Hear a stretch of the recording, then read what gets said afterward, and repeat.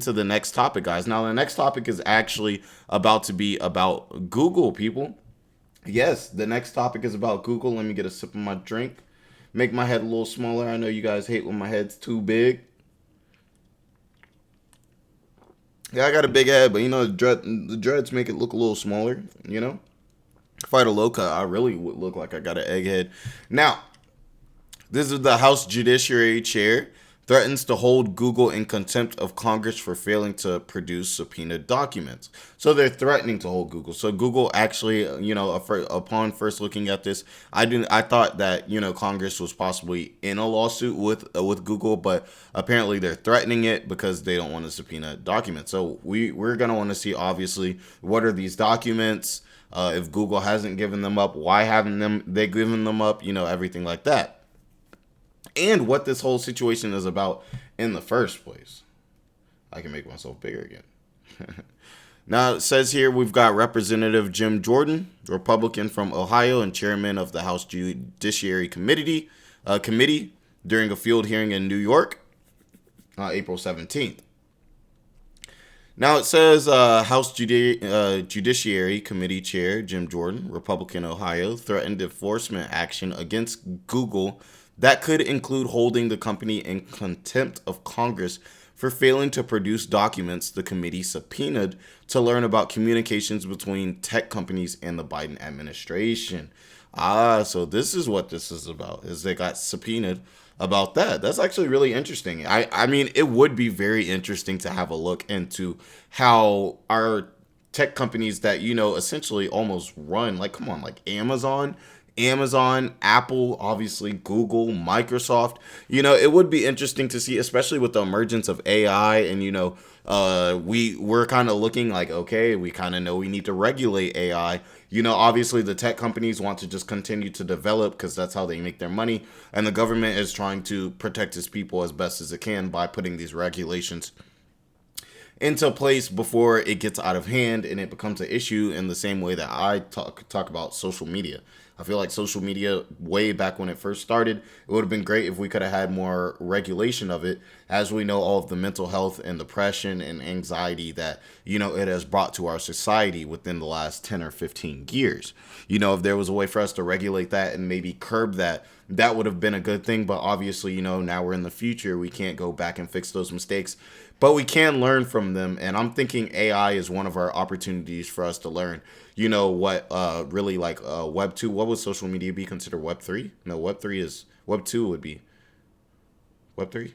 Correct me if I'm wrong, guys. It might be, social media might be like Web 3, and everything like that, coming in with the metaverse and everything like that as well. I still consider that social media. Web 2 was probably just like web pages, Google search, stuff like that. Internet Explorer at the time, But let's see what it's saying. Now, it says in a letter to a lawyer for Google shared exclusively with CNBC, Jordan called the company's compliance so far insufficient and demanded it hand over more information. If the company fails to comply fully by its new May 22 deadline, the committee may be forced to consider the use of one or more enforcement mechanisms. This is actually interesting because it's not too often that you hear about, one of these big companies getting sued necessarily directly from the government, itself, or, and from Congress itself. So this is kind of a unique situation. Obviously it happens, but, it's not often, It says Jordan issued subpoenas to the CEOs of Google parent Alphabet, at Amazon, Apple, Meta, which is Facebook, and Microsoft, basically all of the largest, monopoly of the tech industry, demanding that they hand over communication with the U.S. government to understand how and to what extent the executive branch coerced and colluded with companies and other intermediaries to censor speech.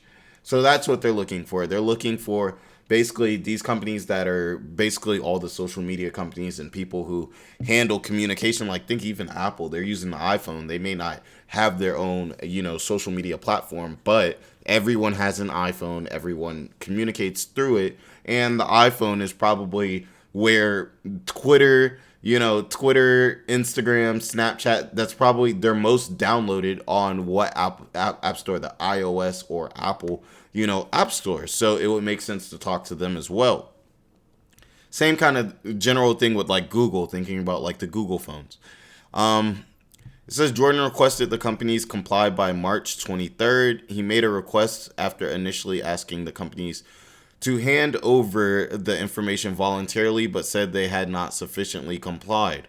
Now, I can understand why they wouldn't want to hand it over voluntarily, because I mean, why would you want this information to get out to the public if you don't have to, These are probably very deep conversations, spent between these people where the government is trying to, regulate and kind of control the people, whereas the social media sites of these tech companies are trying to also do that. But they're trying to figure out a way to stay in regulations without losing money. And, in whichever way that would be financially, good for them. It's kind of like the government is like the social, and it's like these companies are the financial, and they have to come together, to build regulations that kind of meet in that middle and is safe for everyone.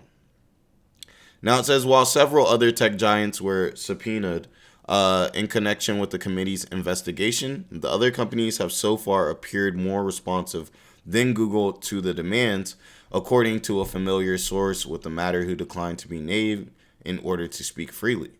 Now, Congress can hold... He's a snitch. They got a snitch. They got a rat. Now, it says Congress can hold individuals in contempt for refusing to provide information requested by a committee. Doing so requires a committee vote and then a floor vote with a simple majority. So now we know how that works. Republicans hold the majority in the House, 222 to 213. So I wonder what side the Republicans would be on. Normally Republicans are more on the side of corporations and everything like that, whereas Democrats are normally more on the side of like the social issues and everything like that. So I could definitely see the Republicans kind of striking this down, possibly saying, hey, you can't just force businesses to give up documents unless they've done some type of wrongdoing, or there's, some type of inclination that there was wrongdoing. But it seems like that's what they're saying when they use the word coercion between the Biden administration and these companies, which I feel would show some type of wrongdoing, and then, probably give them the justification for the subpoena. I'm not exactly sure how the law works in that case. But if you guys know, if you guys are my attorneys out there, definitely let us know what's going on. Let us know what's looking right. Let us know if anything is looking, iffy about this case and everything like that.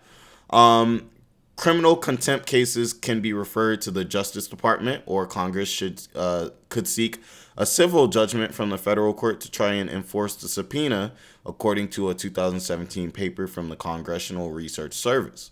Now, they may seek to take other actions against Google, like deposing the company's management or trying to restrict federal dollars from going into Google and federal legislation. So if Google doesn't want to give it up, there could be consequences, and everything like that. It's crazy. But I get it.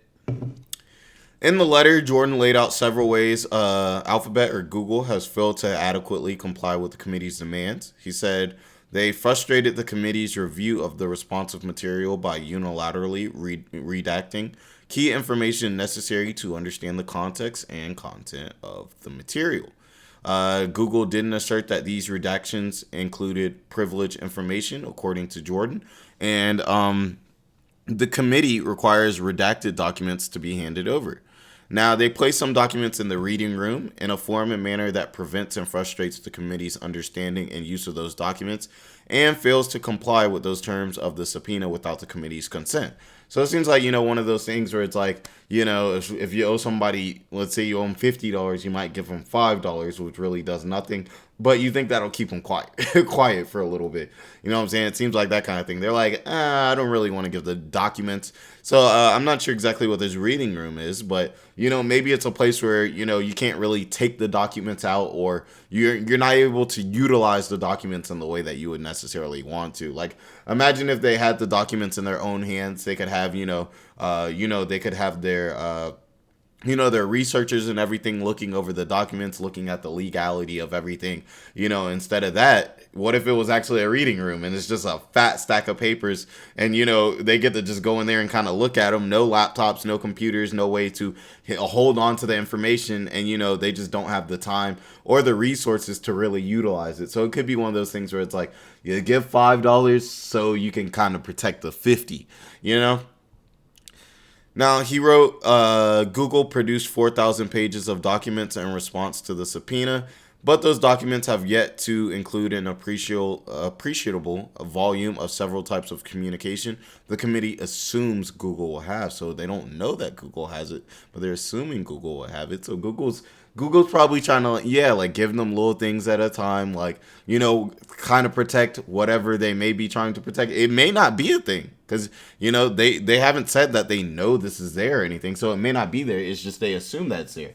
So if you're Google, you're not going to just give them something that's going to be negative to them. You're going to give them and act like you're giving them what they want, while really protecting your six. Now, communications over messaging services other than email and communications between employees about any contact with the executive branch of the United States government.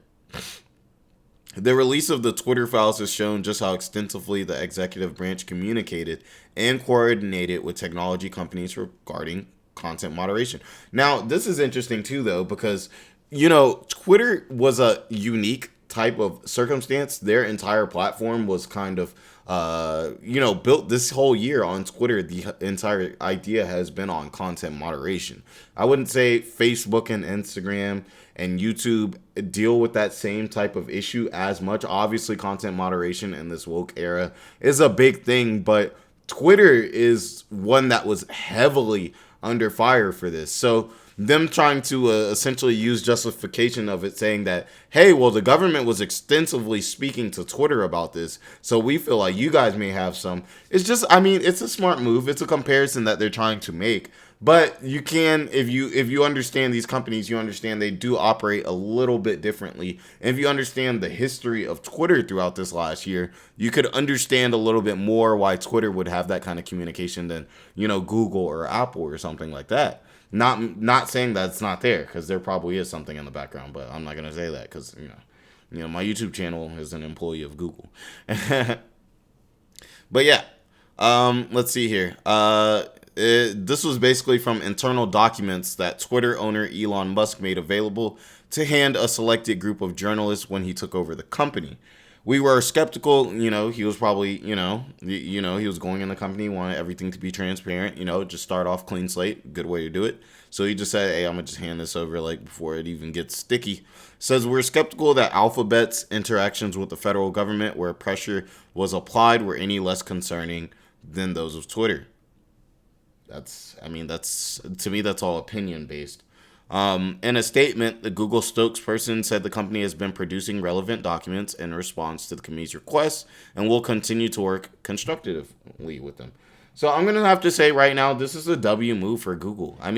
At first it sounded bad to say, it's Congress or the House Judiciary Chair, which is what it technically would be, is suing Google and everything like that. But the case comes to be out is basically they're kind of coming at and trying to receive information from all of these large tech companies. Some tech companies gave some gave some gave less, and everything like that. And we're just talking about this specific instance went Google, and they're saying, hey, we're giving them documents and everything like that. It's almost like one of those things where they're saying, hey, we're giving you what.